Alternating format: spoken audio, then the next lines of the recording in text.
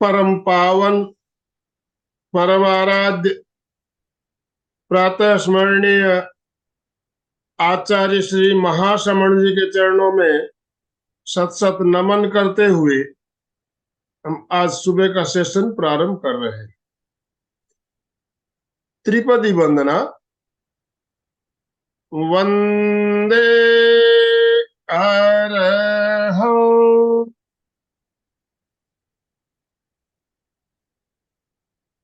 वंदे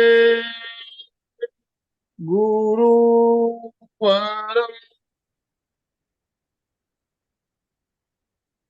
वंदे सच्चिदानंद।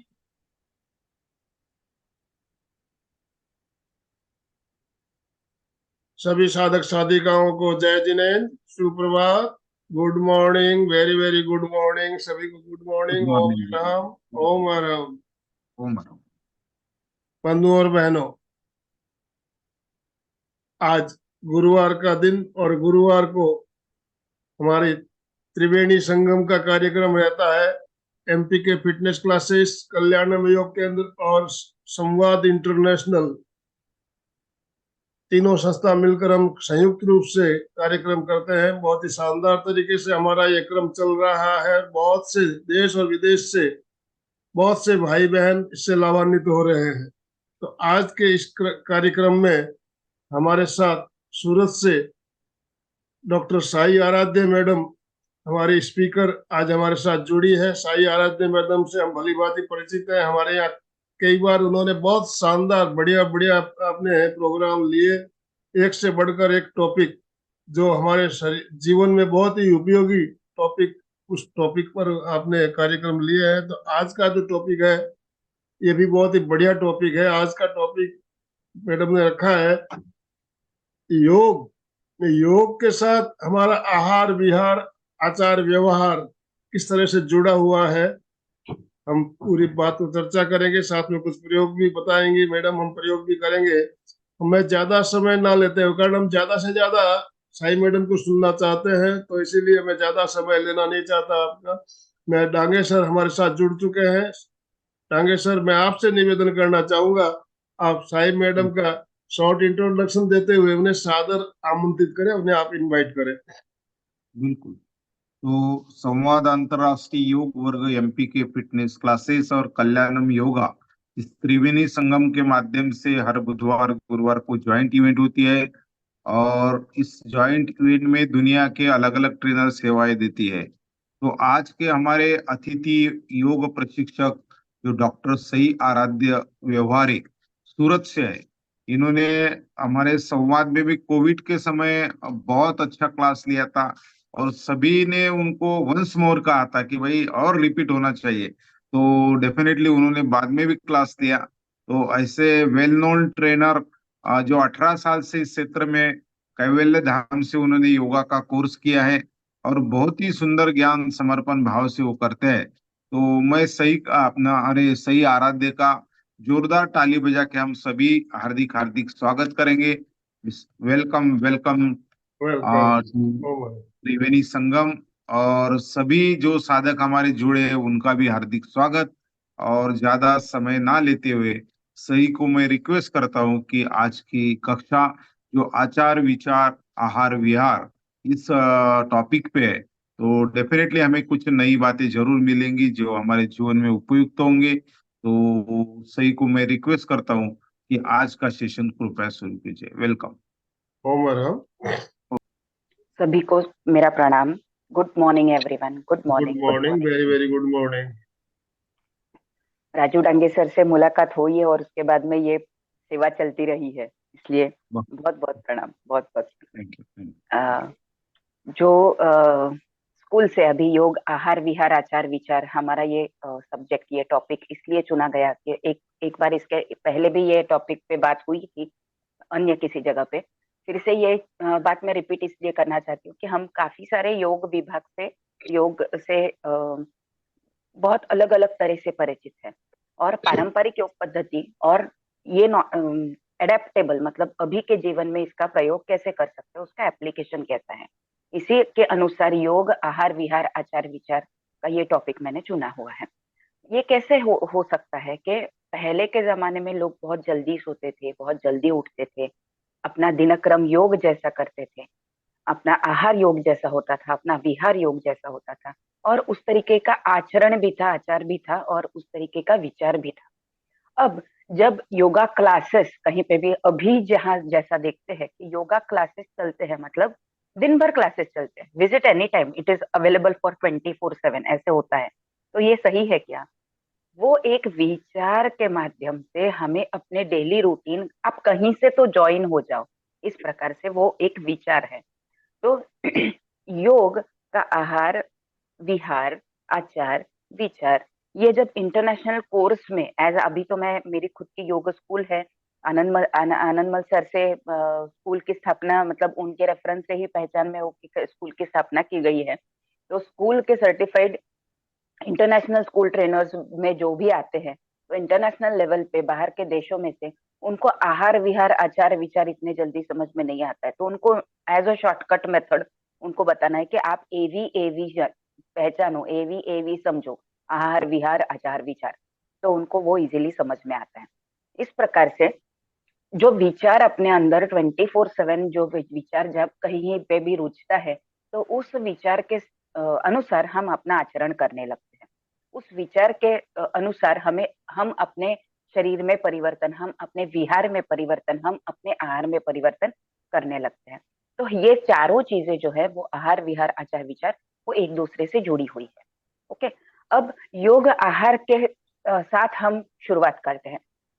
हमें सबको पता है कि मॉडर्न मेडिसिन, मतलब इंग्लिश मेडिसिन, मतलब अभी जैसे हम डाइटिशियंस या न्यूट्रिशनिस्ट को फॉलो करते हैं, तो उनके अनुसार हमारा फूड जो होना चाहिए वो बैलेंस्ड डाइट में होना चाहिए।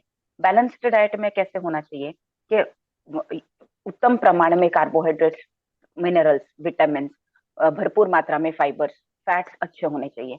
ये सारी चीजें होगी तो वो बैलेंस्ड डाइट कहलाता है। आयुर्वेद क्या कहलाता है? समदोष सम अग्नि सम धातु मल क्रिया प्रसन्न आत्मा इंद्रिय प्रसन्न अभिदितीयते। मतलब जो जिनके दोष, जिनका कफ पित्त वात सम दोष है, जिनके धातु मतलब शरीर के सारे ऑर्गन, यहाँ पे आयुर्वेद में धातु मतलब शरीर के सारे ऑर्गन, उनकी संरचना, जैसे हमें इंग्लिश में पता है कि डाइजेस्टिव सिस्टम होता है, रेस्पिरेटरी सिस्टम होता है, वैसे शरीर के धातु होते हैं। ये धातु कौन से हैं? रस, रक्त, मांस, मेद, अस्थि, मज्जा और शुक्र। रस, आज का खाना है वो कल रस में परिवर्तन होगा, रस का है वो मांस में परिवर्तन होगा। तो धातु पुष्टि मतलब अगर हम आहार से अच्छा खाना खाएंगे और उसका अच्छे से पचन होगा, तो वो आज का रस कल के रक्त में रूपांतरण होगा, कल का रक्त है वो मांस में रूपांतरण होगा, और इसी तरह से हमारे नर्व्स बनेंगे, मज्जा, नर्व्स बनेंगे, इसी तरह से अपना अस्थि बनेगा। जिनको देखो, नॉर्मली ऐसा होता है कि बहुत सारे लोगों का रक्त दूषित होता है। तो रक्त जब तक ठीक नहीं होगा, उसके आगे वाला ट्रांसफॉर्मेशन जो बाय प्रोडक्ट है वो धीरे धीरे कम चलने लगते हैं। मतलब उसका जो क्वालिटी धातु पोषण है वो धातु पोषण कम होता है। अब आहार से लेके, ये आहार अगर हम अच्छा ले रहे हैं, अच्छी तरह से विहार, लेकिन विहार अच्छा नहीं हो रहा है, हम कभी भी उठ रहे हैं, आहार बहुत अच्छा है लेकिन समय गलत है, हमारा विहार गलत है, मतलब हमारे घूमने का, रहने का, खाने का, पीने का, ये सब तरीका गलत है। तो ये अगर गलत है तो भी हमारा क्वालिटी, क्या बोलते हैं, हमारा विहार अगर ठीक नहीं होगा तो हम अच्छी तरह से काम नहीं कर पाएंगे।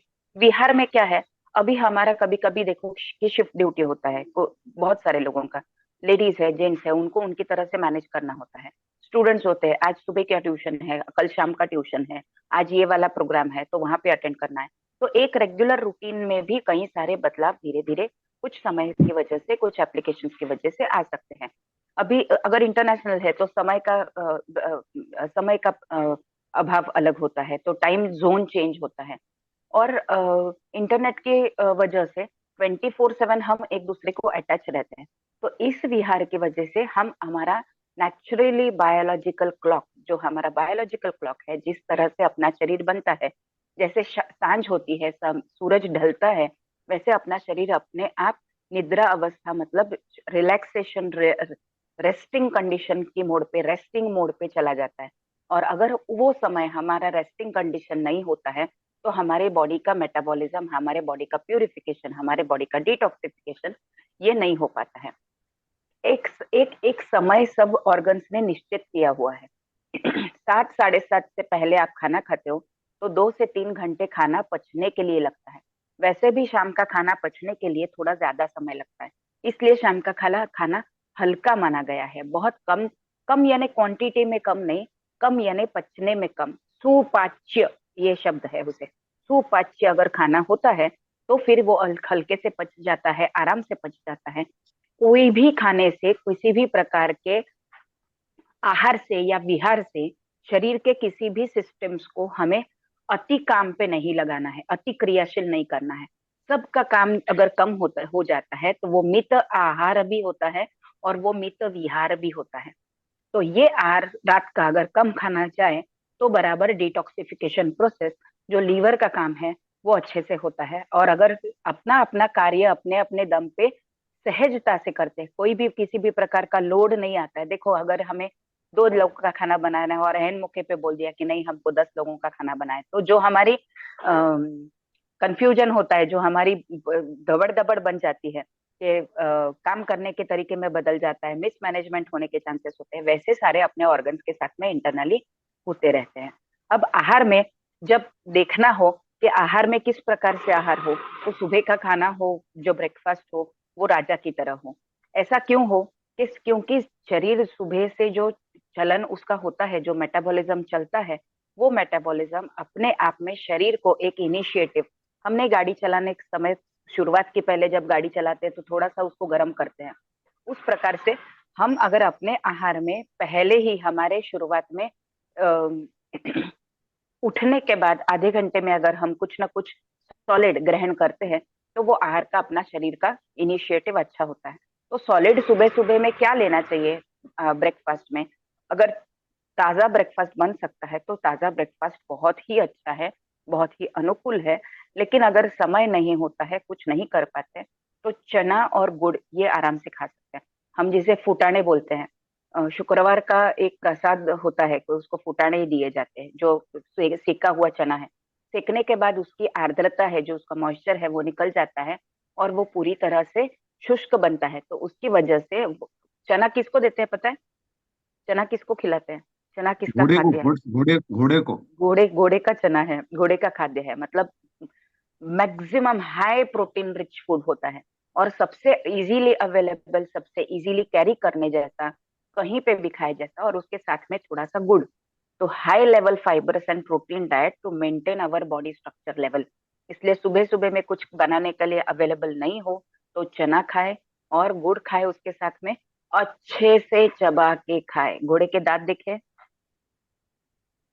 घोड़े के दांत में और अपने दांत में फर्क है, बराबर। उसके दांत जाड़े जाड़े मोटे गोल है, हमारे दांत इंसिजन वाले हैं। तो उनका चबाना है वो जैसे होता है कि मराठी में एक कहावत है, खाना पियो और पानी या लिक्विड है वो उसको खाओ। अब तो उस तरीके से खाना है कि उसको अच्छे से चबा चबा के खाना है। तो इस प्रकार से जितना हम अच्छे से खाएंगे तो उसका पाचन अच्छा होगा। दूसरी एक बात है कि कार्बोहाइड्रेट्स का जो भी पचन होता है वो अपने मुंह में ही होता है, क्योंकि हमारे मुंह में जो सलाइवरी ग्लैंड्स होती है, 3 ग्लैंड्स होती है, मेन ग्लैंड्स, तो उसमें से खाना पच जाता है।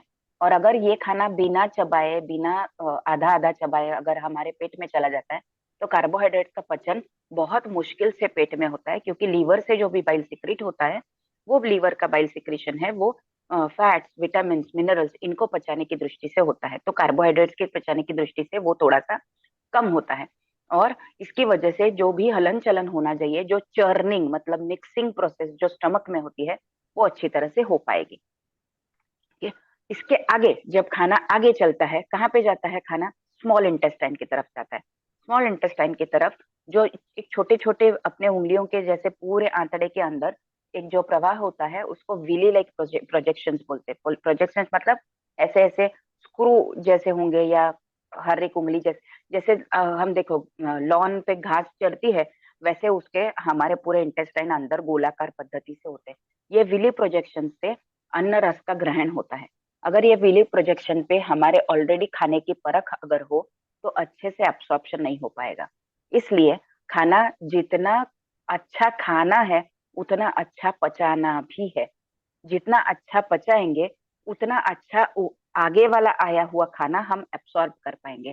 तो केवल डाइजेशन तक अपनी प्रोसेस सीमित नहीं है, हमारी प्रोसेस पूरी तरह से सीमित है कि डाइजेशन के बाद में दो मुख्य प्रकार एब्सॉर्प्शन और एसिमिलेशन भी है। खाना अच्छे तरह से अपने अपने शरीर में एब्सॉर्ब हो। हम खाना एक ही खाते हैं लेकिन हार्ट के मसल्स को, हार्ट के जैसे हार्ट के मसल्स अपना अपना खाना सात्म्य पद्धति से अपने अपनी तरह से लेते हैं। तो ये संस्कृत का शब्द है कि जो भी रस ग्रहण होगा उससे रक्त ग्रहण होगा, उससे मांस ग्रहण होगा। वो मांस ग्रहण मतलब केवल अपने बॉडी मसल्स नहीं, सारे ऑर्गन के भी मसल्स है। इंटेस्टाइन में भी ऑर्गन मसल्स है ना, जिसको स्मूथ मसल्स कहते हैं। बाहर के जो मसल्स है वो मसल्स में रेशाएं होती है। अपने जो शरीर के अंदर ऑर्गन्स के मसल्स होते हैं उनमें रेशाएं नहीं होती है। तो उनका जो पचन का तरीका है वो अलग है। जैसे हम छोटे बच्चे को राब जैसा खाना, हल्का पचने वाला खाना खिलाते हैं, वैसे अगर कड़क वाला जो हम जैसा रोटी सब्जी दाल चावल ऐसा कुछ खाते हैं वो छोटे बच्चों को वैसे ही खिलाते हैं? नहीं। अगर हम रोटी बनाते हैं तो थोड़े से दाल में या पतले से दाल में उसको बहुत सॉफ्टली उसको स्मैश करते हुए, पोटैटो है उसको स्मैश करते हुए, सफरचंद है उसको बॉईल करके निचोड़ के उसका मिक्सचर बना के डाइल्यूटेड फॉर्म में, सिंपल डाइजेशन फॉर्म में बनाते हैं। तो वैसे ही हमारा खाना जब हमारे इंटेस्टाइन में जाता है उतना ही डाइल्यूटेड फॉर्म में होगा, तो ही वो अच्छे से एब्सॉर्ब हो पाता है। नहीं तो जैसा ऊपर से डाला वैसे नीचे से निकल गया। और अगर जैसा ऊपर से डाला नीचे से वैसे ही निकल गया। कभी कभार देखो बहुत कड़क सामान अगर हम मिक्सर में डालते हैं तो मिक्सर की आवाज आती है, ब्लेड की आवाज आती है, ड्रर। अगर मिक्सर में ज्यादा भरा है तो मिक्सर का प्रेशर बढ़ता है, बाहर उड़ गया। तो इस प्रकार से सेम हमें बहुत लॉजिकली और बहुत सिंपल तरीके से देखना है कि ये जितना हम दिखते हैं रोज के समय में, अगर हम गलती से, हमारा ध्यान नहीं होता है और हम गलती से अगर चटनी में जार में, क्योंकि चटनी जार छोटा होता है, हमेशा हमारा पेट चटनी जार जैसा समझे। ओके, अगर ज्यादा भरा तो वो उड़ के बाहर आएगा। ठीक। तो हमारी बॉडी बहुत अच्छी तरह से रिटेलिएट करती है। अगर ज्यादा खाया है तो वो एक तो ऊर्ध्व गति से बाहर आएगा, मतलब उल्टी तरीके से बाहर आएगा, नहीं तो अधोगति से बाहर आएगा। अधोगति से बाहर आता है तो उसको स्मॉल इंटेस्टाइन का 22 फीट का फासला तय करना होता है और 10 फीट का लार्ज इंटेस्टाइन का फासला उसको तय करना होता है। तो शॉर्ट डिस्टेंस कौन सा है? 10 फीट्स फूड पाइप वाला। यस, फूड पाइप वाला शॉर्ट डिस्टेंस है। खाना पचा नहीं, तुरंत वॉमिट, शरीर एक्सेप्ट नहीं करता है।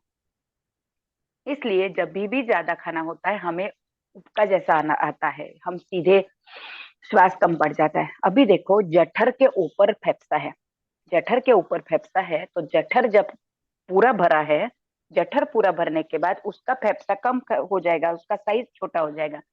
लेफ्ट साइड में ही जठर है, लेफ्ट साइड के ऊपर हार्ट है।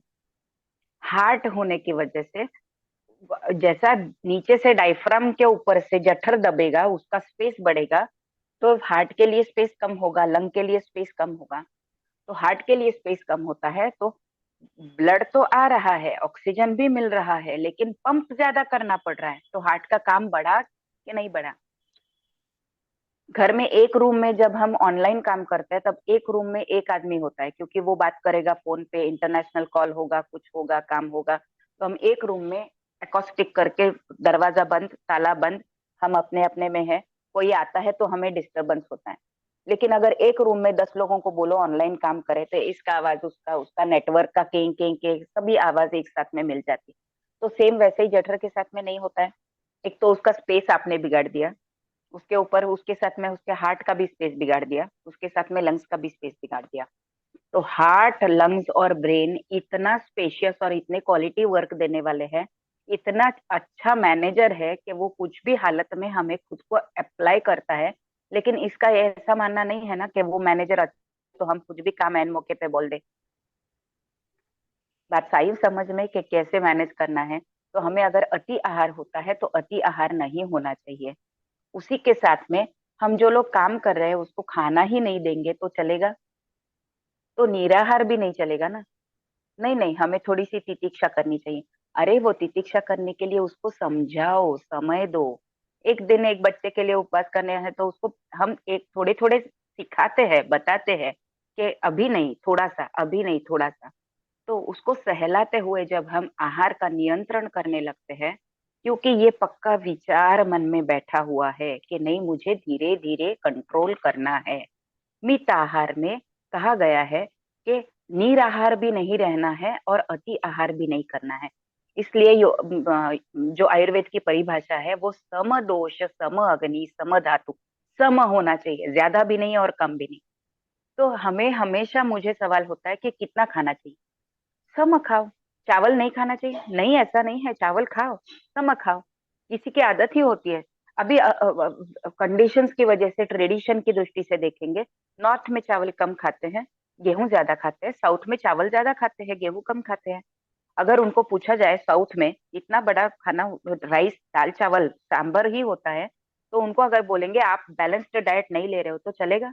वो बैलेंस डाइट ही ले रहे हैं, वो बैलेंस डाइट ही ले रहे हैं। ओके। तो इस प्रकार से ट्रेडिशन वाइज हमारे घर के अनुसार हमारा जो परंपरा है, तो ये इसके अनुसार हमारे घर में जो कल्चरल इवेंट से जैसा जैसे खाना पकाने का तरीका होता है, उस सब तरीके का ही आहार होना चाहिए। हमारे घर में पिज्जा बनाना से हमारा घर का कल्चर है, हमारे घर का कल्चर है ब्रेड बटर। नहीं। तो फिर वो कल्चर हम और वो भी गलत समय, मतलब कहाँ, रात को 10 बजे के बाद में। तो ये गलत आहार और गलत विहार, वो जो अच्छे कॉम्बिनेशन में जाओ अच्छे बाय प्रोडक्ट्स निकलेंगे, गलत कॉम्बिनेशन में जाओ गलत बाय प्रोडक्ट्स निकलेंगे, और वो शरीर के बाहर नहीं जाएंगे, वो शरीर के अंदर रह के टॉक्सिन्स क्रिएट करेंगे और हमें और ज्यादा परेशान करेंगे, और ज्यादा उसके वजह से तकलीफें बढ़ेंगे। ओके। अब ये तकलीफें आयुर्वेद की दृष्टि से कफ वात पित्त की तरह से बदलते जाएंगे, क्योंकि उसमें कफ और पित्त ये स्टेबल होता है, और केवल वात दोनों को चिढ़ाता है। वात कफ की तरफ जाता है, उस कफ बिगाड़ता है, वात पित्त की तरफ जाता है, पित्त बिगाड़ता है। तो दोनों एक दूसरे को बिगाड़ते बिगाड़ते, और वात ही दोनों को अच्छा करता है कि कफ तू हिलता नहीं है कभी भी, तू थोड़ा सा हिल, ये वात का काम है। और पित्त, आप पूरे शरीर में फैलोगे तो कुछ अच्छा काम करेगा, क्योंकि पित्त ये क्रियाशीलता का स्वभाव है। केवल हमें दोष मतलब कफ में, मतलब हमारा कफ फ्लेम आता है, कफ आता है, ऐसा नहीं मानो। पित्त मतलब केवल जो एसिड वाला पित्त है वो वाला पित्त नहीं मानो।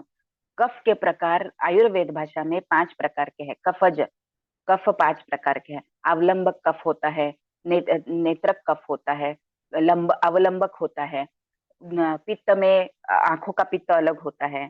तो इस प्रकार के कफ के भी 5 प्रकार है, पित्त के भी 5 प्रकार है, और वायु के 5 प्रकार तो हमें पता है, प्राण, अपान, व्यान, समान और उदान। इन सब का कार्य हर एक का डाइजेशन अलग से करने का काम है। स्थूल प्रकार से डाइजेशन हमारा केवल एलिमेंट्री कैनल, मतलब हमारे फूड पाइप का है, लेकिन हर पेशी तक उसका काम होना, हर पेशी में वो रस का प्रमाण जाना, हर पेशी का उसका खुद का मेटाबॉलिज्म होना, ये व्यान वायु करता है। समान वायु केवल अपने जठराग्नि का काम करता है। तो ये सारा काम अगर बैलेंस पद्धति से बराबर एक दूसरे के साथ में, गिव एंड टेक रिलेशनशिप के साथ में अगर बराबर से चलता है, करेक्ट चलता है, कोऑर्डिनेटेड चलता है, सिंक्रोनाइज्ड चलता है, हार्मोनाइज्ड चलता है, तो ये आहार और विहार का कॉम्बिनेशन अलग प्रकार से होता है। अच्छा आहार होना चाहिए, तो हमने बहुत डट के खाया और विहार में सो गए, नहीं चलने वाला। नहीं नहीं, हमें शरीर के लिए कोई भी आवश्यकता नहीं है, अच्छे से काम करना है तो आहार कुछ नहीं लिया है और विहार बहुत ज्यादा चल रहा है, नेचुरली पित्त होने वाला है, क्योंकि पेट में है ही नहीं कुछ। भूख लगी है, शरीर बोल रहा है कि खाना दो, लीवर ने बाइल सिक्रेट कर दिया है और हम खाना नहीं दे रहे हैं। तो फिर अरे नहीं, मुझे तो चक्कर आ जाता है, तो मैं कुछ काम करती हूँ तो चक्कर। अरे लेकिन खाने के बाद में काम करना है। ऐसे ही नहीं काम करना है, कुछ खाएंगे तो काम करने वाला चलेगा। तो ये आहार विहार बैलेंस हो तो बराबर है। ये आहार विहार किसी को अगर पता नहीं हो तो ये सारी बातें नेक्स्ट दो जो है आचार और विचार, वो बातें आती है कि अगर पता है कि इस तरह से हमें आहार को बैलेंस करना है तो हम विचार के साथ में इसकी दृढ़ता बनाते हैं। विचार है मन में कि मुझे सुबह रोज उठना है, लेकिन आचरण, रात को अलार्म, रोज मुझे सुबह उठना है, लेकिन आचरण में अरे नहीं ये खाना अच्छा नहीं होता है, कल से करेंगे, आज बर्गर ही मंगाते हैं। तो ये बात गलत, मतलब आहार भी जितना जरूरी है उतना ही विहार जरूरी है, उतना ही आचार जरूरी है, और उतना ही विचार भी जरूरी है। विचार है लेकिन आहार नहीं है, आहार है लेकिन विचार नहीं है। एक दूसरे को, एक किसी चार में से एक किसी को ड्रॉप आउट करके देखो, हमारा जो संवर्धन है वो पूरा नहीं हो पाता है। ओके, अब योग की दृष्टि से देखेंगे। मित आहार का कॉन्सेप्ट ऐसा है कि हमने आयुर्वेद और मॉडर्न मेडिसिन का देखा कि बैलेंस्ड प्रपोर्शन में कार्बन अपना कार्बोहाइड्रेट्स, मिनरल्स, फैट्स और विटामिन, फाइबर्स जाना चाहिए। आयुर्वेद में ऐसा कहा गया है कि समदोष समाग्नि जैसा है वैसा खाना जाना चाहिए। तो योग में क्या कहा गया है, अगर हम एक गोल 360 डिग्री का पूरा करते हैं और एक रोटी जैसा एक गोल पूरा है उसके 4 भाग करते हैं, तो 1/4 1/4 जितना भाग होता है उतना हमें स्पेस रखना चाहिए, उतना हमें जगह रखनी चाहिए खाना पचने के लिए। हाफ है वो सॉलिड फूड होना चाहिए और 1/4 जो बाकी है वो लिक्विड फूड होना चाहिए। तो एक गोल के अगर हम 4 भाग करते हैं तो आधा हिस्सा है वो सॉलिड खाने का है, 1/4 हिस्सा है वो लिक्विड खाने का है, और 1/4 हिस्सा है वो छोड़ देने का है, क्योंकि वो मिक्सिंग के लिए चाहिए, जैसा मैंने चटनी जार का एग्जाम्पल दिया था। अब उस तरह से अगर खाना खाते हैं तो उसमें से भी ये देखना है कि योग शास्त्र के जब वर्णन में, हठ प्रदीपिका के वर्णन में जब मिताहार का कॉन्सेप्ट दिया था, आप अगर जानोगे तो मैं आपको बहुत सिंपल तरीके से समझाने की कोशिश करती हूँ, लेकिन मिताहार के लिए एक पूरी तरह से हठ योग प्रदीपिका का चैप्टर है। उसमें ऐसा कहा गया है कि जैसा एक फिस्ट हमारा हार्ट होता है, ये सबको पता है, एक फिस्ट के आकार में हर एक का हार्ट होता है, वैसे ही एक फिस्ट के आकार में हमारा जठर का भी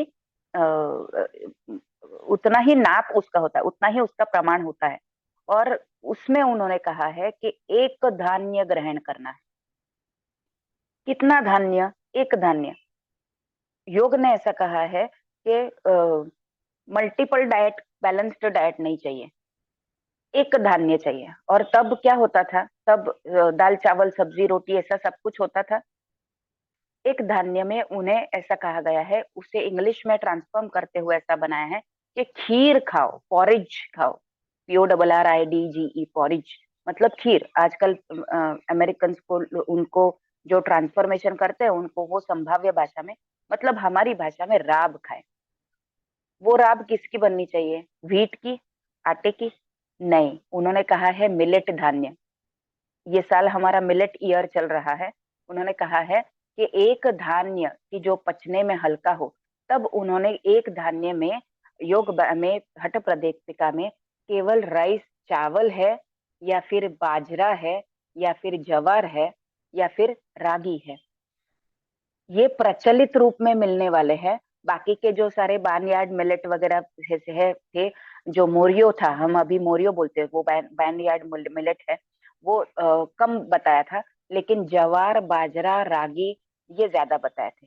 तो इनकी राब ये सुपाच्य होती है, पचने में हल्की होती है, इनसे भरपूर मात्रा में सारे हमारे जो नीडफुल कंटेंट है वो सारे मिलते हैं। एंटीऑक्सीडेंट्स की मात्रा भरपूर प्रमाण में होती है। इतने सारे भरपूर प्रमाण में होने के बाद भी वो धान्य छोटा है, हल्का है, लघु है। आयुर्वेद की भाषा में लघु मतलब पचने के लिए हल्का, और पेट भरा हुआ लगे ऐसा। पेट भरा हुआ भी लगना चाहिए ना। अगर हम खाने की गोली लेंगे, मल्टीविटामिन गोली, सब कुछ मिलेगा, लेकिन पेट ही नहीं भर रहा है, चलेगा? मल्टीविटामिन गोली ले ली, लेकिन जो तृप्ति का कंटेंट है,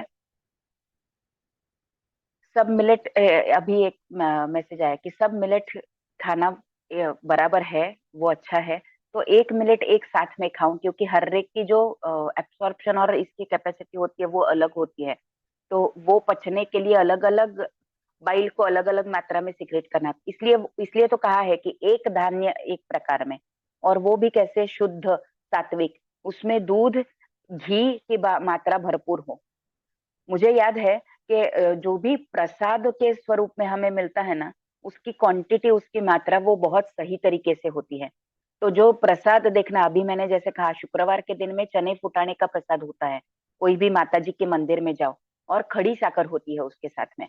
तो इसके साथ में मुझे याद है सज्जनगढ़ पे रामदास स्वामी जी का बहुत उनका समाधि स्थान है। रामदास स्वामी जी शिवाजी महाराज के गुरुजी हुआ करते थे। हजार हजार 1.5 हजार रोज के सूर्य नमस्कार उनके होते थे। तो उनका प्रसाद क्या है? माखन और उनमें खड़ी साकर। माखन और खड़ी साकर, इसकी वजह से वो सुपाच्य है, हल्का है, दृढ़ है, निश्चयी है, शरीर को बल देने वाला है, दृढ़ता पैदा करने वाला है, शरीर का लंघन पूरी तरह से, मतलब शरीर को लुब्रिकेशन पूरी तरह से पहुंचाने वाला है।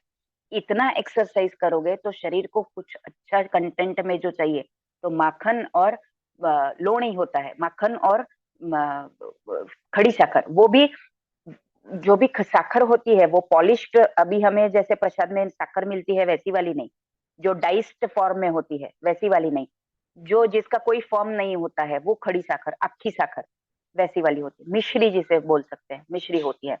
तो इस प्रमाण में अगर वो रोज जाता है तो कॉन्स्टिपेशन जैसा कुछ भाग ही नहीं रहता है। अगर वो माखन और खड़ी साकर पूछते हैं अभी के अप्लाइड फॉर्म में, तो सबसे बेस्ट खाना होता है कि जिनको कॉन्स्टिपेशन की तकलीफ है, या इनको पेट साफ नहीं होता है, जिनको हरस है, मसा है, तो बेसिक लेवल पे उनको रोज कहा जाता है कि खड़ी साकर खाओ और माखन उसके साथ में खाओ।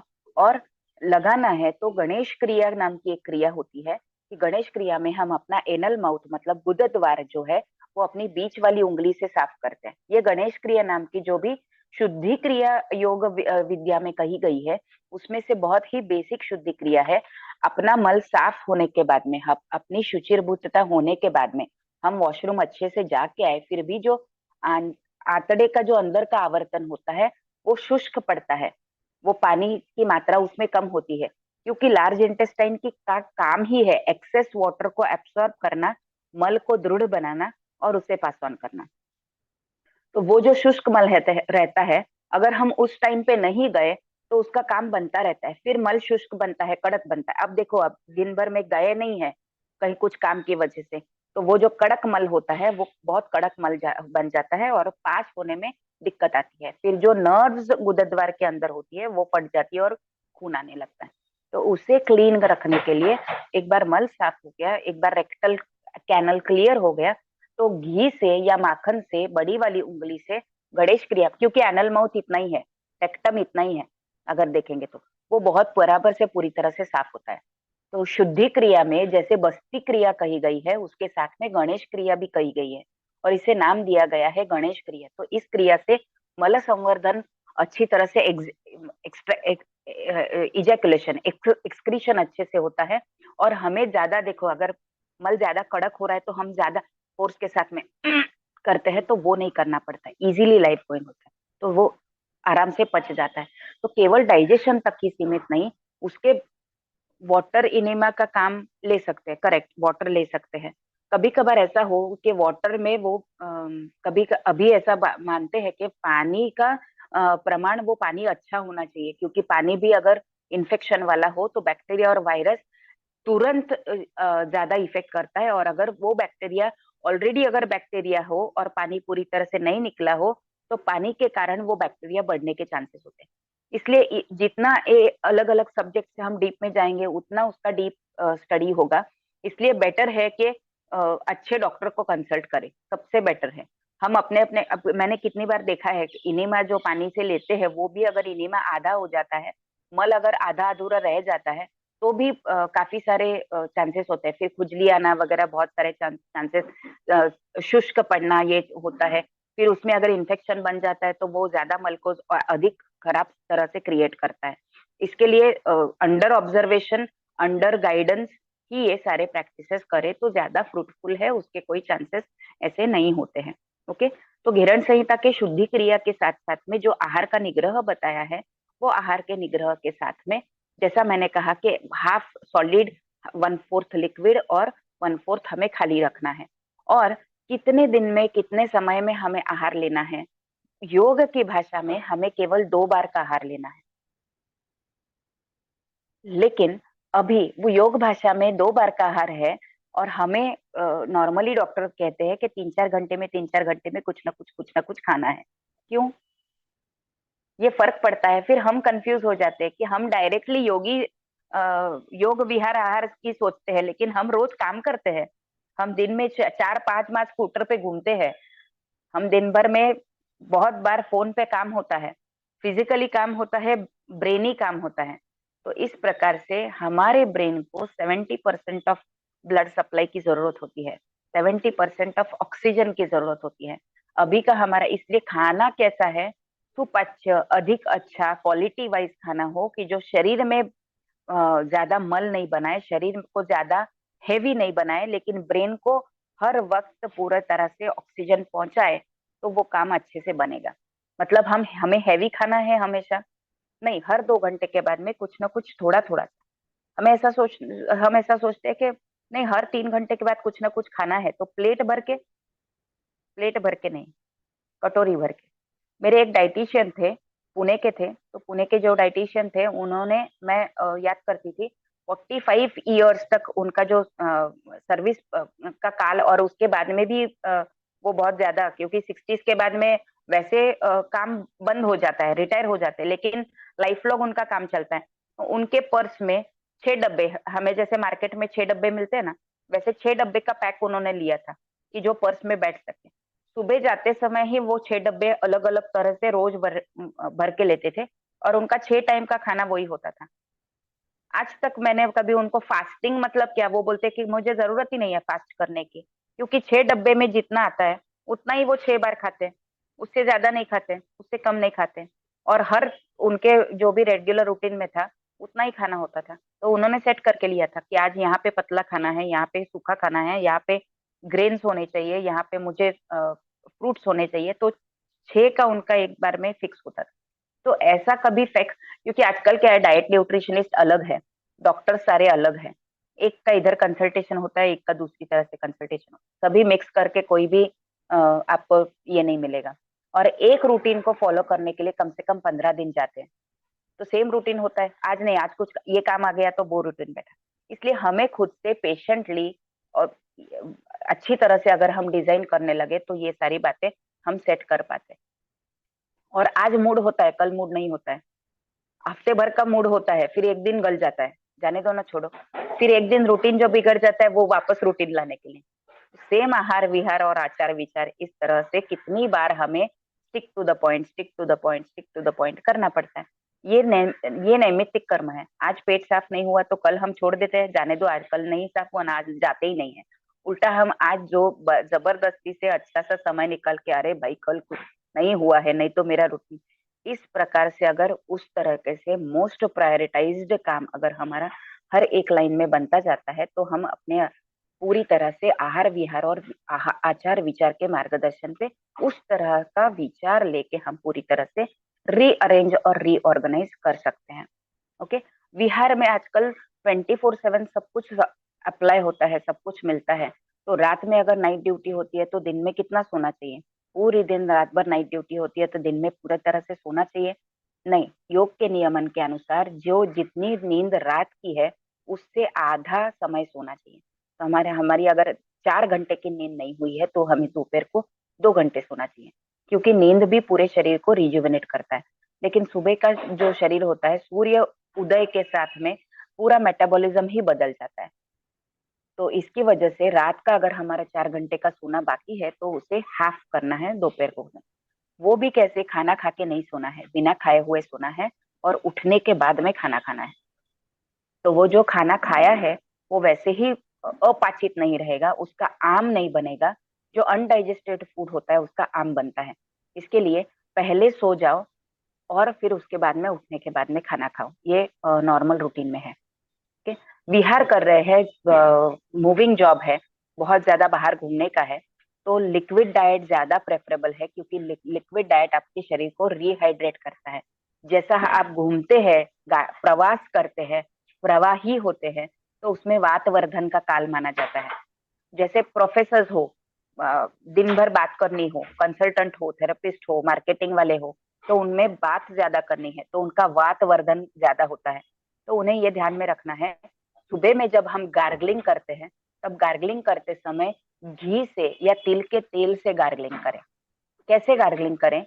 गंडूश कहा गया है उसे आयुर्वेद भाषा में। ग्रर, मुंह में रखो थोड़े समय, मुंह में ही उसको हिलाओ हर बाजू से। वापस उसी घी के साथ में या उसी तिल के तेल के साथ में या उसी कोकोनट ऑयल के साथ में फिर से गार्गलिंग करो। चाहिए तो उसे पी लो, चाहिए तो उसे थूक दो। उसके बाद में 15-20 मिनट, आधा घंटा कुछ भी नहीं खाओ और वापस हम रूटीन अपना सेट कर सकते हैं। इस प्रकार से अगर जाता है तो हमारे शरीर में वात वर्धन के चांसेस अभी समय के अनुसार, जनरेशन के अनुसार वात के चांसेस बहुत सारे हैं। समय के अनुसार वात के चांसेस बढ़ रहे हैं, इसलिए हमारे डिसऑर्डर, जॉइंट डिसऑर्डर्स में उतना पेन आता है। अभी देखना 40s में ही पेन होता है, अभी देखना मसल्स टाइट होने लगते हैं। क्यों? क्योंकि पहले देखो 60 में 70 में नहीं, उनका घी में खाना बहुत अच्छा होता था। अभी हमारा घी भी खाना कम हो गया है और वात का वर्धन भी नहीं है। तो ऐसा सोचे, पहले तो चलते ज्यादा थे ना तो वात का वर्धन होता था, अभी तो चलते भी कम है तो वात का वर्धन कैसे हो गया? क्योंकि मानसिक अविचलितता ज्यादा है।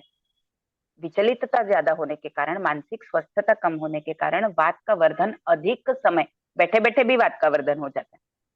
तो ये देखना है कि वात का वर्धन भी ना हो। और इस प्रकार से हम दोनों से नियोजित, जो मॉडर्न मेडिसिन के अनुसार भी और आयुर्वेद के अनुसार भी जितना हम मैचअप करने जाते हैं, उतना अपने आप योग का समतोल आने लगता है।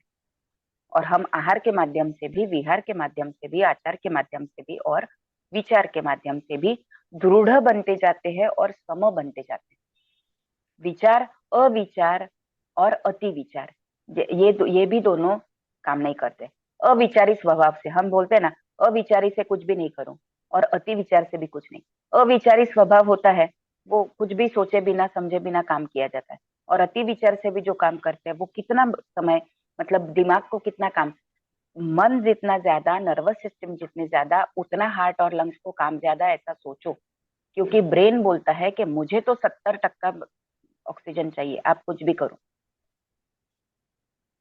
श्वास छोटा ले रहे हैं और ब्रेन बोल रहा है कि आई वॉन्ट 70% ओनली। कहाँ से पूरा करेंगे?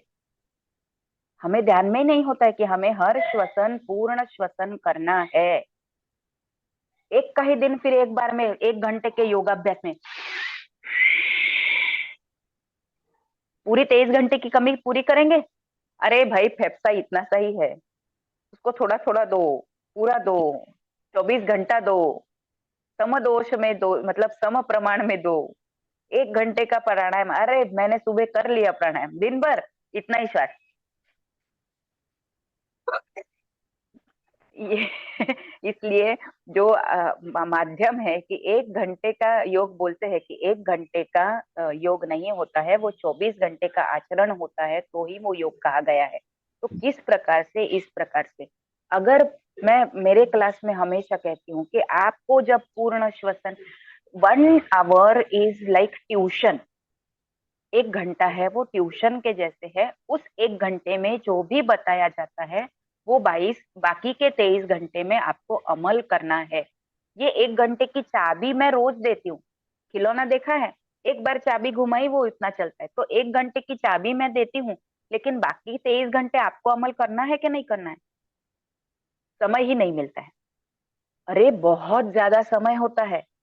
हम टुंग करके नोटिफिकेशन बजता है तो हम फोन खोल के देखते हैं किसका मैसेज आया, लेकिन अपना बॉडी टुंग करके पेन का दर्द कितनी बार बोल रहा है, कितने सालों से बोल रहा है, हम वो टुंग नहीं तो नोटिफिकेशन सुनते हैं। अंतर्मुखता जरूरी है, वो बहिर्मुखता कम करनी है। ओके। दूसरी बात, बिहार के समय में अब मुझसे बहुत बार सवाल पूछा जाता है कि सही में समय कम होता है तो हम कैसे मैनेज करें। मैं लेडीज के लिए पहले बोलती हूँ, वर्क, जो घर पे काम करने वाले होते हैं, वो घर का एक काम जो बाई करती है, वो एक काम उसको छुट्टी दो, उसको मजा आएगा, उसको लगेगा कि हमारे प्रति रिस्पेक्ट है, सही में रिस्पेक्ट है। वो भी लेडी है, हम एक घर का काम करने के लिए उसको हेल्पर तरीके बुलाते हैं, वो 4 घर का काम करके आती है। तो एक उस वो ध्यान में रहे कि अगर वो एक दिन नहीं आए तो मतलब हमारा जो वर्तन के भाग से है वो हमारा वर्तन ठीक हो। और एक काम अगर हम करें तो चलो आज नहीं, झटका झटकी आज कर ली, कल एक दिन पोछा लगाए। पोछा लगाने से मैंने शोल्डर जॉइंट का जब लेक्चर था तब मैंने कहा था, हाथ की मूवमेंट पहले पूरी होती थी, अपने आप रेंज ऑफ मोशन पूरा चला जाता था पोछा में। पोछा में अगर कॉर्नर पे होता है तो बहुत सामान्य तरीके से मैं बताती हूँ, करके ही बताती हूँ तो बहुत इजीली पता चलेगा। पोछा लगाते हैं, हम इधर दूर खड़े हैं और हमको आगे जाना है, तो हम इधर से सामने होके आते हैं नहीं, हम इधर ही बैठते हैं और हाथ कितना कॉर्नर तक जाता है वो देख। तो स्पाइन का स्ट्रेचिंग हुआ ना पूरा।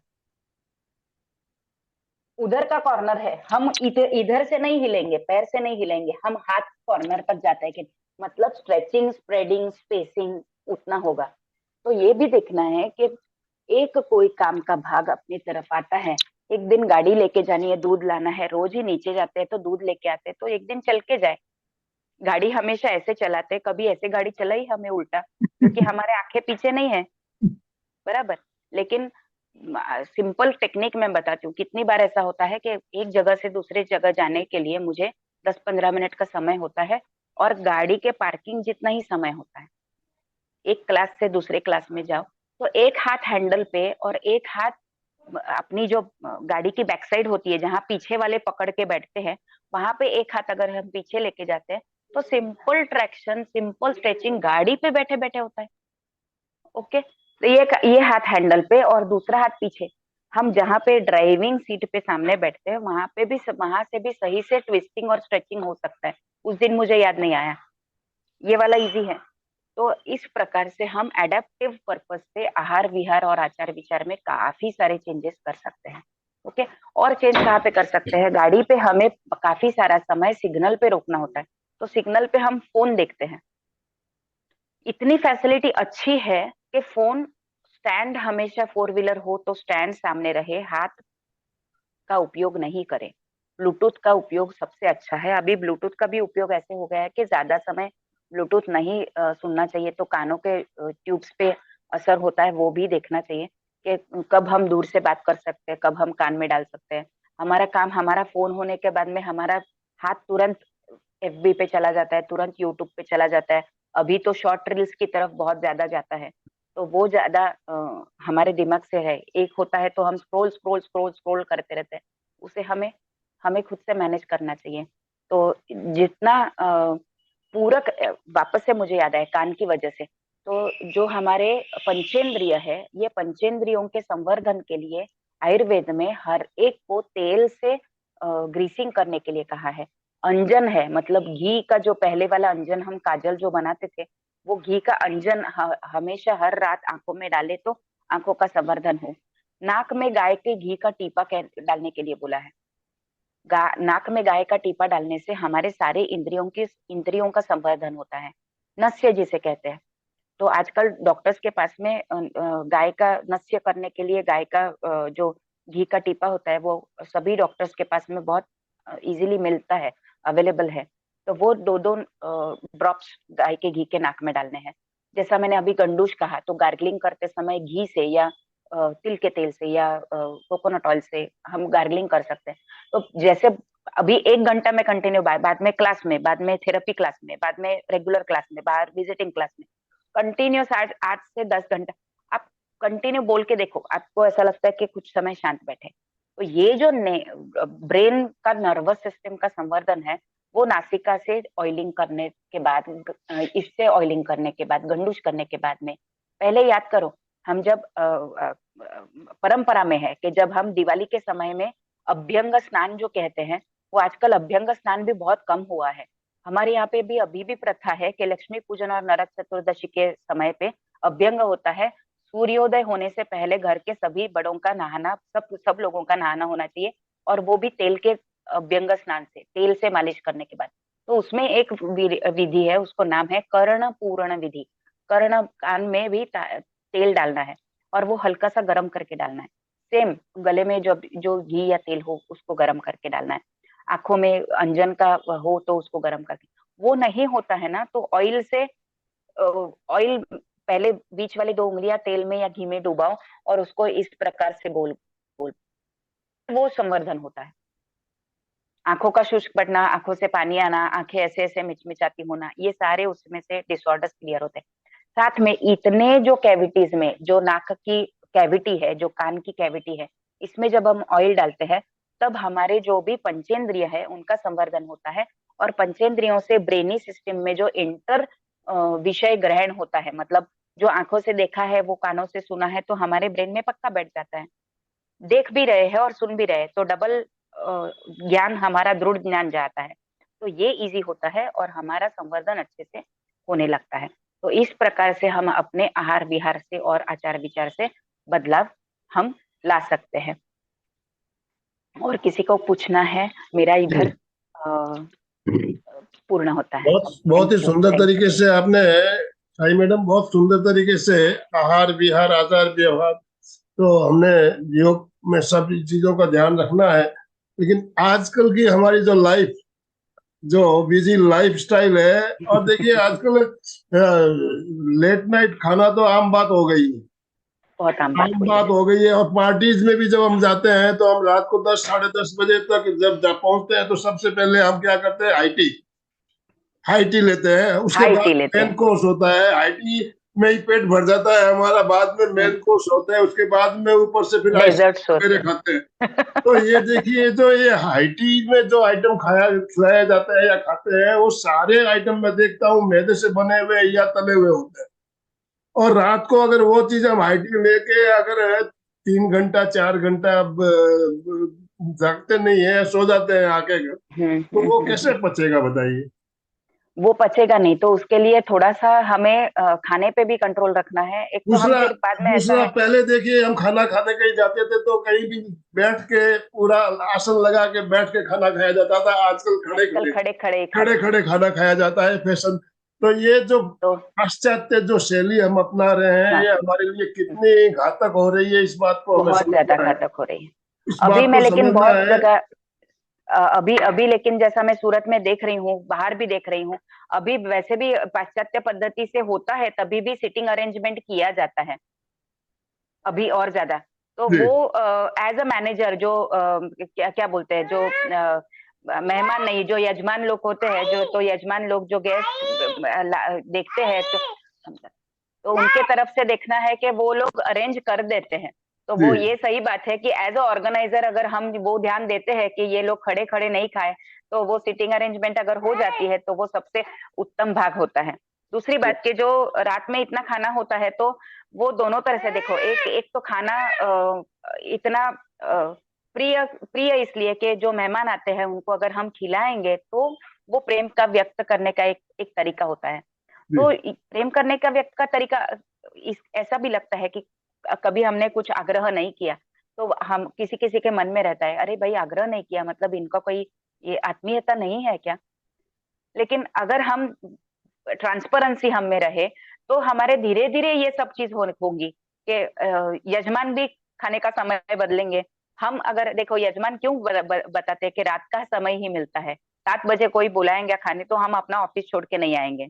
हम अगर बायोलॉजिकल क्लॉक से ये बदलने के लिए बहुत ज्यादा समय लगेगा कि जब नहीं हम 7 बजे नहीं। मुझे बहुत अच्छा लगता है क्योंकि अभी भी कितने सारी फैमिलीज मैंने देखी कि 7 के बाद में खाना नहीं खाते हैं, बिल्कुल भी नहीं खाते हैं। चौविहार पूरे समय पूरा आजीवन रखा है, मैं कितनी बार देख रही हूँ।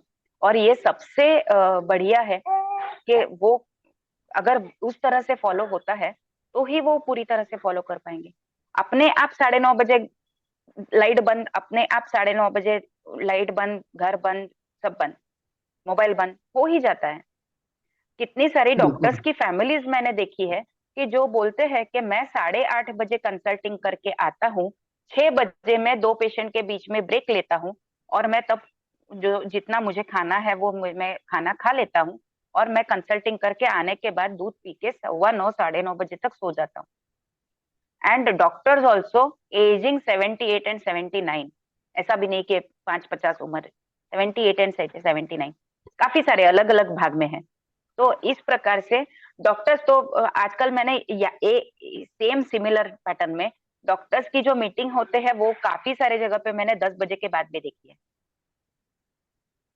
और कोई कोई डॉक्टर्स ऐसे भी देखे हैं कि जो ऐसी इस प्रकार से अपनी लाइफस्टाइल रोकते हैं, करते हैं।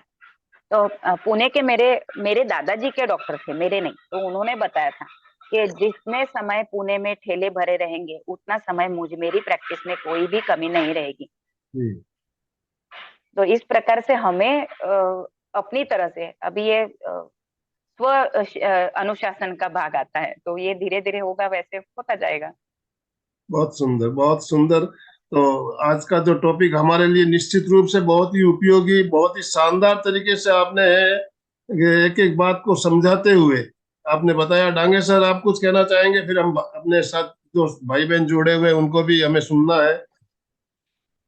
नहीं, डॉक्टर सही ने आज का जो सेशन लिया बहुत ही सुंदर लिया, टू दी पॉइंट था और जीवन के लिए महत्वपूर्ण टॉपिक है। आहार, आहार तो ये तो हमारे लेबोरेटरी का खाद्य है। हमारा जो स्टमक है ये लेबोरेटरी है और इसमें जो डालेंगे वो तो रिएक्शन आना ही है, उस पे एक्शन होना ही है। तो इसीलिए उसमें क्या डालना, it's a jewellery box, it's a not dustbin. तो डेफिनेटली आहार के बारे में भी बहुत सुंदर अच्छा ज्ञान उन्होंने दिया है। हमारे विचार भी जो है, विचार तो पावरफुल होना चाहिए। सब अच्छा है, विचार अच्छे नहीं तो आप मंदिर में होके भी फायदा नहीं है, स्मशान में भी अच्छे रहते फिर विचार जहाँ है। तो इसलिए विचार भी पावरफुल होना है हमारे स्वास्थ्यपूर्ण जीवन जीने के लिए। विचार में तो बहुत ताकत है, बहुत ताकत है। इसलिए विचार भी कैसे पावरफुल रखना, सज्जन रखना, सात्विक रखना, ये बहुत सुंदर बातें उन्होंने अपने अरविंद मुख द्वारा कही है।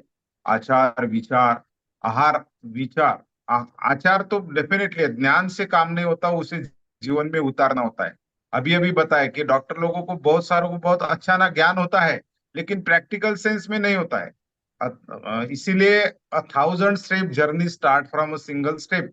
मुझे हजारों किलोमीटर चलना है तो एक्शन तो होना ही चाहिए।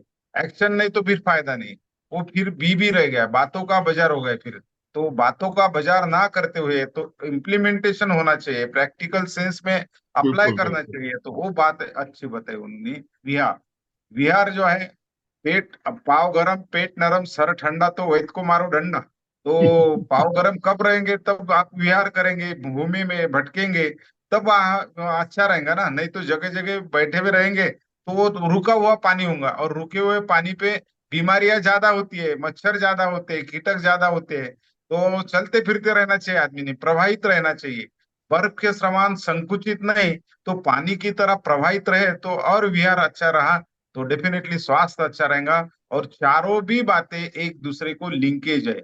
और ये अगर सम्यक, भगवान गौतम बुद्ध का, भगवान महावीर एक शब्द है सम्यक, अगर सम्यक तरह से ये अगर आपको जमता है तो डेफिनेटली इसका लिंकेज रहेगा और आपका स्वास्थ्य अच्छा रहेगा। सही जी, बहुत बहुत कॉन्ग्रेचुलेशन, अभिनंदन। और आपने बहुत सारा ज्ञान हमें दिया है। सभी को रिक्वेस्ट करूंगा ताली बजा के उनका हम तीनों संस्थाओं की ओर से आभार व्यक्त करेंगे। बहुत ही सुंदर ज्ञान, अरहम, बहुत ओम अरहम, बढ़िया, ओम। बहुत अच्छा लगा। सही, कॉन्ग्रेचुलेशन। अभी हम जो भी भाई बहन है उनकी कोई जिज्ञासा हो, पहले हम प्रश्न लेंगे। तो आप हैंड राइज अगर कर सकते हैं तो हैंड राइज का ऑप्शन है आपके पास, हैंड राइज कर सकते हैं। अशोक जी ने हैंड राइज किया पहले। अशोक जी, मैं आपको अनम्यूट ऑप्शन दे रहा हूँ। यस, अशोक जी बोलिए। जय जिनेन्द्र। आज जैसे आहार के टॉपिक में आया मित आहार, तो गए साल मैंने वर्षी तप किया था, तो उसमें कई जात के अनुभव मिले कि भाई कम खाने से क्या होता है, वो होता है। जैसे कम खाने से मेरा वजन 70 से 50 तक पहुंच गया था, लेकिन शरीर में पूरी एनर्जी थी। और लगभग 1-2 बार लेबोरेटरी टेस्ट भी कराया तो नॉर्मल जितने भी रोग थे प्राय प्राय सब कट हो गए थे, छोटे बड़े कोई रोग के सिवाय। कोलेस्ट्रॉल वगैरह काफी सब नॉर्मल हो गया था। तो ये जो वजन घटता है, जैसे 50 हो गया तो वो उतना रखना बरोबर है, उसको कंटिन्यूज रखना चाहिए कि फिर वजन भी शरीर के हिसाब से बरोबर रखना चाहिए? वो थोड़ा पूछना। नहीं, ये अगर कंटिन्यू रखते हैं तो इससे आगे वजन नहीं घटता है, क्योंकि जो एक्सेस था वो जल गया। और मिताहार का कॉन्सेप्ट देखो, पाचन को उत्तम तरीके से पचाना, मतलब हमने नर्वस सिस्टम का लोड कम कर दिया। अगर हमने खाना कम कर दिया तो डाइजेस्टिव फायर, पाचन करने के लिए जो भी एनर्जी बॉडी को लगती है उतनी हमने कम कर दी, तो हमारा ब्रेन फ्रेश रहने लगा ना। जो ज्यादा खाते हैं, वही मैंने कहा, अति आहार होता है। एक्चुअल एक एक किताब में लिखा है और मेरे गुरुजी ने भी कहा था, और ये पहले वाले लेक्चर में भी मैंने कहा था कि अगर एक गुलाब जाम हम खाते हैं तो वो कंप्लीटली एनर्जी में उसका अगर ट्रांसफर होता है तो उसको 23 दिन लगते हैं, केवल एक गुलाब जाम। तो हर एक खाने का उच्चतम optimum side, optimum level of digestion and optimum level of using energy, ये जितना अच्छा होता है उतना वो फायदेमंद रहता है। चंदू जी दुगड़ ने हैंड राइज किया हुआ है। चंदू जी आप अनम्यूट कीजिए अपने आप को। जय जिनेंद्र सर, ये मैडम ने बहुत ही अच्छा समझाया। और जो उन्होंने बताया ना, जैसे जो ज्यादा बोलता है तो उसको, जैसे वो इतने से ऑयल पुलिंग वाले हो गया ना, घी ऑयल मुंह में पुलिंग वाले लेकर हो के। गए। ऑयल पुलिंग वाले। क्योंकि ना, जैसे बहुत जनों को अपना जॉब ऐसा होता है कि उसको बहुत बोलना पड़ता है, जैसे टीचर हुआ या एडवोकेट हुआ, तो उसके लिए उसको क्या घी डाल के, गरम घी डाल के ऑयलिंग पुलिंग करना। हाँ, तो अगर समझो कि एडवोकेट या टीचर्स ऐसे कोई होगा तो उनको एक तो खड़े भी रहना पड़ता है और बात भी करनी पड़ती है। तो खड़े रहने के लिए मसल्स पैर के ज्यादा यूज होते हैं। तो उनको ऐसा कहा गया है कि कांसे की वाटी से पैर को तेल या फिर घी लगाना है। तो आंखें भी और इंद्रिय संवर्धन भी होता है, और ये जो मुंह में घी या तेल बोलते हैं वो भी लेना जरूरी है। तो मतलब कौन सी चीज का, मतलब पाँव में कौन सा चीज लगाना? कांसे की वाटकी से, कांसे की वाटकी से, कांसे की हाँ बात की। हाँ, तांबे की बात। Okay okay. तांबे की कांसे की वाटी। कांसा ओके, ज्यादा हाँ, thank you। प्रेफरेबल है, तांबा नहीं। कांसे की बाल्टी। हाँ कांसे। हाँ, बहुत अच्छा समझाया आज आपने, आहार विहार आचार विचार के लिए। बहुत अच्छा, वॉकिंग करते करते मैं सुना, पर बहुत अच्छा समझाया आपको, बहुत बहुत धन्यवाद। हाँ, अभी हैंड राइज तो और किसी का है नहीं, मैं देख रहा था दो ही भाई बहनों के हैंड राइज थे, तो अभी सबके अनम्यूट ऑप्शन में दे रहा हूँ। जय जिनेंद्र। जय जिनेंद्र। हाँ, मेरा एक क्वेश्चन था। अभी तो जैसे आपने बोला कि ऑयलिंग का काम करना चाहिए कान का, नाक का, लेकिन अभी डॉक्टर क्या बोलते हैं कि छोटे बच्चों को, पहले तो हम लोग तेल डालते ही थे कान में छोटे बच्चों को जो भी, लेकिन अभी मना करते हैं, काजल लगाने से मना करते हैं, तेल डालने से कान में मना करते हैं। है उसको बोलते थे, लेकिन मैं डालती हूँ, करेक्ट, थोड़ा सा करना है नहीं। डालते हैं। बहुत बार ऐसे होता है कि हमें वो कृति करनी है तो उसमें हम इन्फेक्शन के चांसेस भूल जाते थे इन मीन टाइम, कि कान में तेल डाल रहे तो तेल अच्छे से गर्म किया है, उसमें कोई बैक्टीरिया नहीं है, या फिर हाथ कहीं का कहीं लगता है। तो छोटे बच्चे होते हैं तो वो काफी सेंसिटिव होते हैं, उनमें इन्फेक्शन का चांस होता है, हाथ गीले रहते हैं। अभी हम देखते हैं कि बाई कोई भी आके अगर पहले 10-15 दिन में नहलाती है तो वो गर्म पानी से नहलाना चाहिए, वो बात बराबर है, लेकिन उसको बाद में एसी के रूम में ही लेके आए, तब एसी बंद करना चाहिए। प्री सही। प्रैक्टिस एंड पोस्ट प्रैक्टिस उसके साथ में जरूरी है। तुरंत अभी उसको नहला है ना हमने, जो क्रिया थी उसको पूरी कर दी, अभी उसको घुमाने लेके जाते। अरे नहलाने के बाद में घुमाना नहीं होता है, नहलाने के बाद में उसके कान बंद करने होते हैं, उसको पूरा बंद करना होता है, उसको पैक करके उसको सुलाना होता है, तो ही वो जो नहलाया हुआ है उसका इफेक्ट मिलेगा। तो इस प्रकार से प्री एंड पोस्ट प्रैक्टिसेस अगर हम अच्छे इन्फेक्शन ना होते हुए देखें तो वो बराबर से काम कर सकते हैं, और वो इन्फेक्शन नहीं हो उसके कारण डॉक्टर बोलते हैं कि जी। नहीं करना है। ओके, अदरवाइज बहुत सुंदर से। अभी जो एडवांस डॉक्टर है ना, वो अभी वेस्टर्नाइजेशन से इंडियन कल्चर की तरफ ट्रेन होते जा रहे हैं। अभी रिसेंटली आपने देखा, मेरा छोटा लड़का है तो मैंने उनको पूछा, क्योंकि देखो हमें भी सेफ रहना चाहिए ना, अभी हमें भी नहीं पता चलना चाहिए। तो मैंने डॉक्टर से पूछा कि डॉक्टर अभी हम कान में तेल छोटे थे तब डालते ही थे, तब उसका मल कैसे साफ होगा? तो उन्होंने इतना ही कहा कि पहले तेल हो वो अच्छा हो, तेल अगर अच्छा नहीं लगता है आपको तो पैकेट फूड जैसे आप मार्केट से लेके आ रहे हो तुरंत बॉटल खोलेंगे, ऐसा नहीं हो। आपको अगर प्रेफरेबल है तो ताजा कच्चे घानी से तेल लेके आ जाओ, उसको हल्का सा गर्म करो। हल्का सा गर्म मतलब क्या, बड़े बर्तन में पानी गर्म करके उसमें छोटी वाटकी में तेल डाल के उसको डायरेक्ट हीट नहीं करना है। ये सारे बातें बताने के लिए कोई भी कंसल्टिंग के लिए समय नहीं है। इसके लिए इस प्रकार से तेल गरम करो, उसको अच्छे कंटेनर में रखो। वो तेल कैसे भी होता है, उसका ढक्कन अगर खुल जाता है तो इन्फेक्शन होता है, वो इन्फेक्शन नहीं रहे इसके लिए बेस्ट आप करो ही नहीं, ऐसा बोलते हैं। कान में डालते हैं तो किसी को दिखा नहीं, वो गलती से कहाँ डल गया वो भी नहीं हुआ, तो क्या करेंगे वो। इस तरीके से ये सारी बातें मना करते थे, बहुत बट ये सुंदर। होना चाहिए। नमस्कार, बहुत कनक सुंदर। गोलसा ने अपने आप को अनम्यूट किया। कनक, जय जिनेंद्र। आ, आज आज का सेशन बहुत अच्छा था और आराध्य जी ने बहुत अच्छा बताया, आहार विहार मितार। और मैंने भी 2 वर्षी तक किए पिछले 2 साल से, और मैं अभी कंटिन्यू 24 रखती हूँ। कभी कोई कारण विशेष मेरे को 3 रखना पड़ता है, लेकिन मेरे ऐसे रूल हो गए कि मैं 6 बजे के बाद मैं कुछ खाने का मन ही नहीं करता है। कहीं कोई पार्टी में जाती हूँ तो खुला रखती हूँ, लेकिन मैं खाने की इच्छा नहीं होती है, मेरे खाया भी नहीं जाता है। जितनी मेरी डाइट बन गई ना उतनी मैं खाती हूँ, उससे ज्यादा मेरे खाया नहीं जाता है। और आपने जो बताया कि वो तेल वाली मालिश, तो इसका भी मैंने प्रयोग किया था कि मैं जब बरसी तब करती थी तो मेरे को पानी की प्यास लग जाती थी, तो मैं नाभि में तेल लगा लेती थी, घी या तेल, और कानों में ऐसे कर लेती, और पैर की जो थली होती है ना, पैर पर थली जो नीचे वाला पोर्शन, उसमें भी मालिश करती थी तेल का। तो उससे मेरे को बहुत फायदा मिलता था और एनर्जी मिलती थी फुल। और आपने जो ये बताया जो कुंडा करना, तो मैं पानी से करती थी, मुंह का पूरा पानी से पूरा उसका मैं करती थी, जब रात को चौहियार करती थी उस समय करती थी, तो मेरे को बहुत बेनिफिट मिला था। बराबर बराबर और आपने भी बताया तेल का घी का करना, ये मेरे को पॉइंट्स अच्छा लगा। इसके बारे में थोड़ा सा और बता दीजिए, मेरे को ये नोट्स उतारना है। ओके। जब भी आंखों हमें का, कानों का, मुंह का।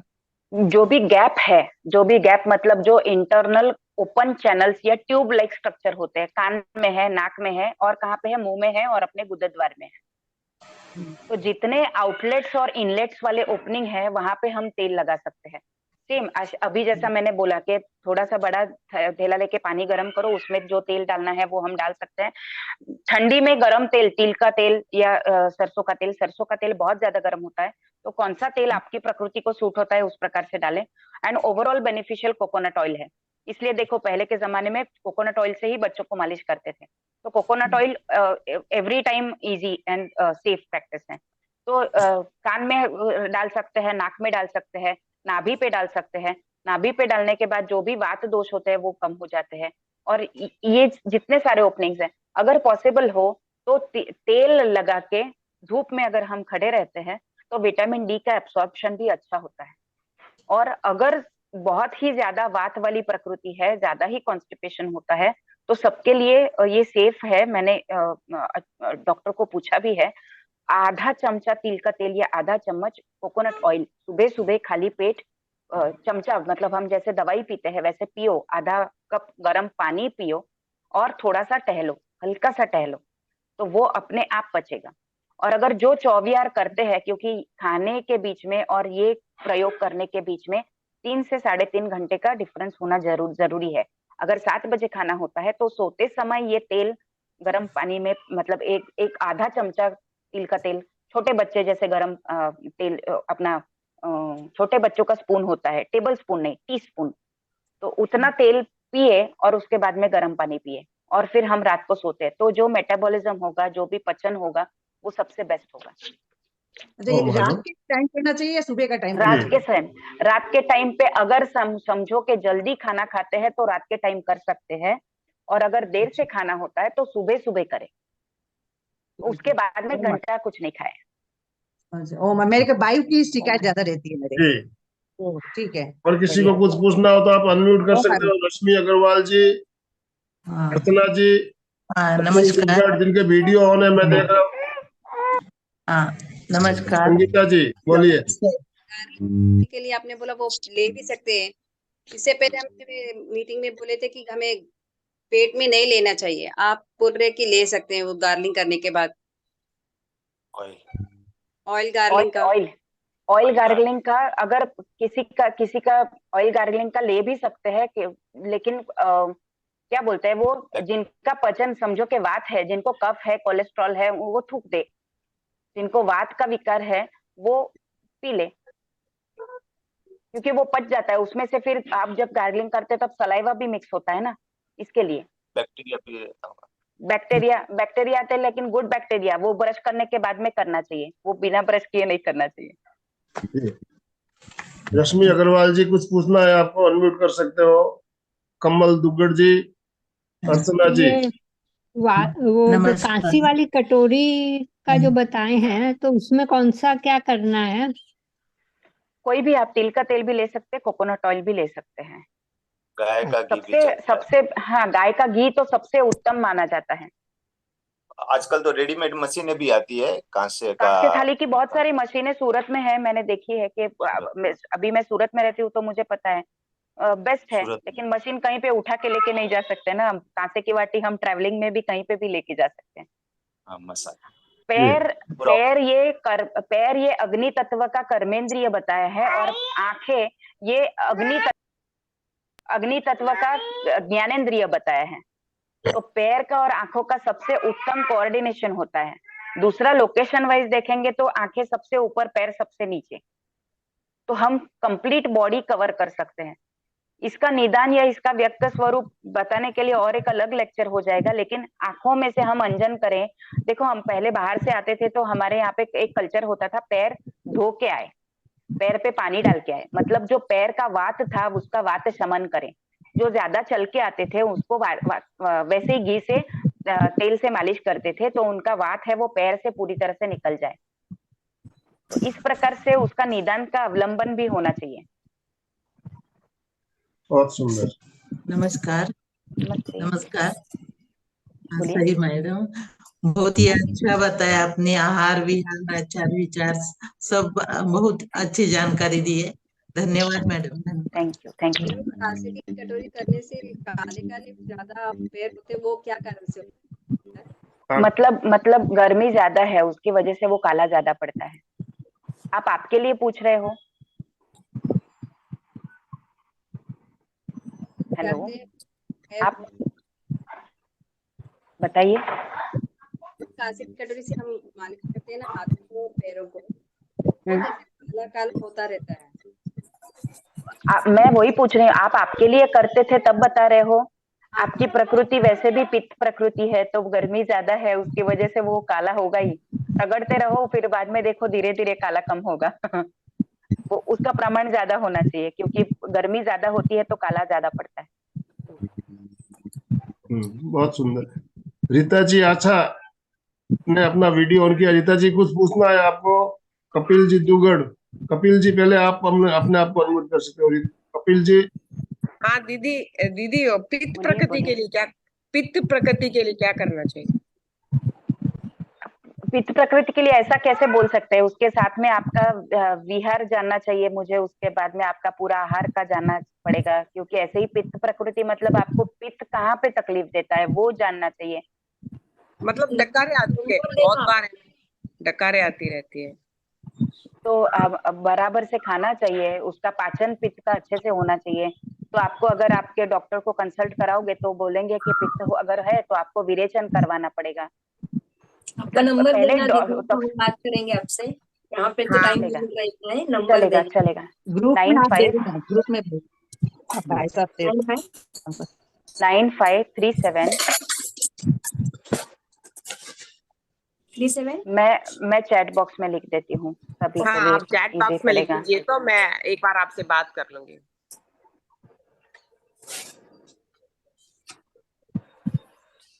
9537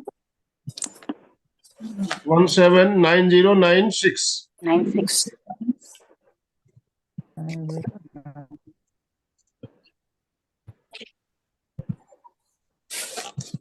चलिए, समय हमारा संपन्न हो रहा है। किसी की कोई जिज्ञासा 1-2 मिनट हम समय और ले सकते हैं, तो हम समापन की ओर चलेंगे। रेणु सुराना जी, अब बोलिए। रेणु जी बोलिए। नहीं, मेरा आज रह गया, मैंने देखा नहीं, तो इसमें आएगा क्या व्हाट्सएप पे वापस? हाँ, वीडियो आपको आ जाएगा, दोपहर तक हमारे चैनल पे आ जाएगा। आज का पूरा वीडियो आप जरूर देखिए। बहुत ही शानदार तरीके से आज के जो साई मैडम का लेक्चर, बहुत ही उपयोगी लेक्चर हमारे जीवन के लिए, जीवन शैली हमारी कैसी होनी चाहिए। आप पूरा वीडियो जरूर देखिए और अपने परिजनों को भी सबको देखने के लिए कहिए। धन्यवाद। ओम मैडम, समापन की ओर चले। दोनों हाथ जोड़ते हुए, रीढ़ की हड्डी गर्दन सीधी रखते हुए, आंखों को बिना दबाव दिए कोमलता से बंद रखते हुए मेरे साथ साथ सभी मानसिक उच्चारण करें। मैं चैतन्यमय हूँ, मैं आनंदमय हूँ, मैं शक्तिमय हूँ।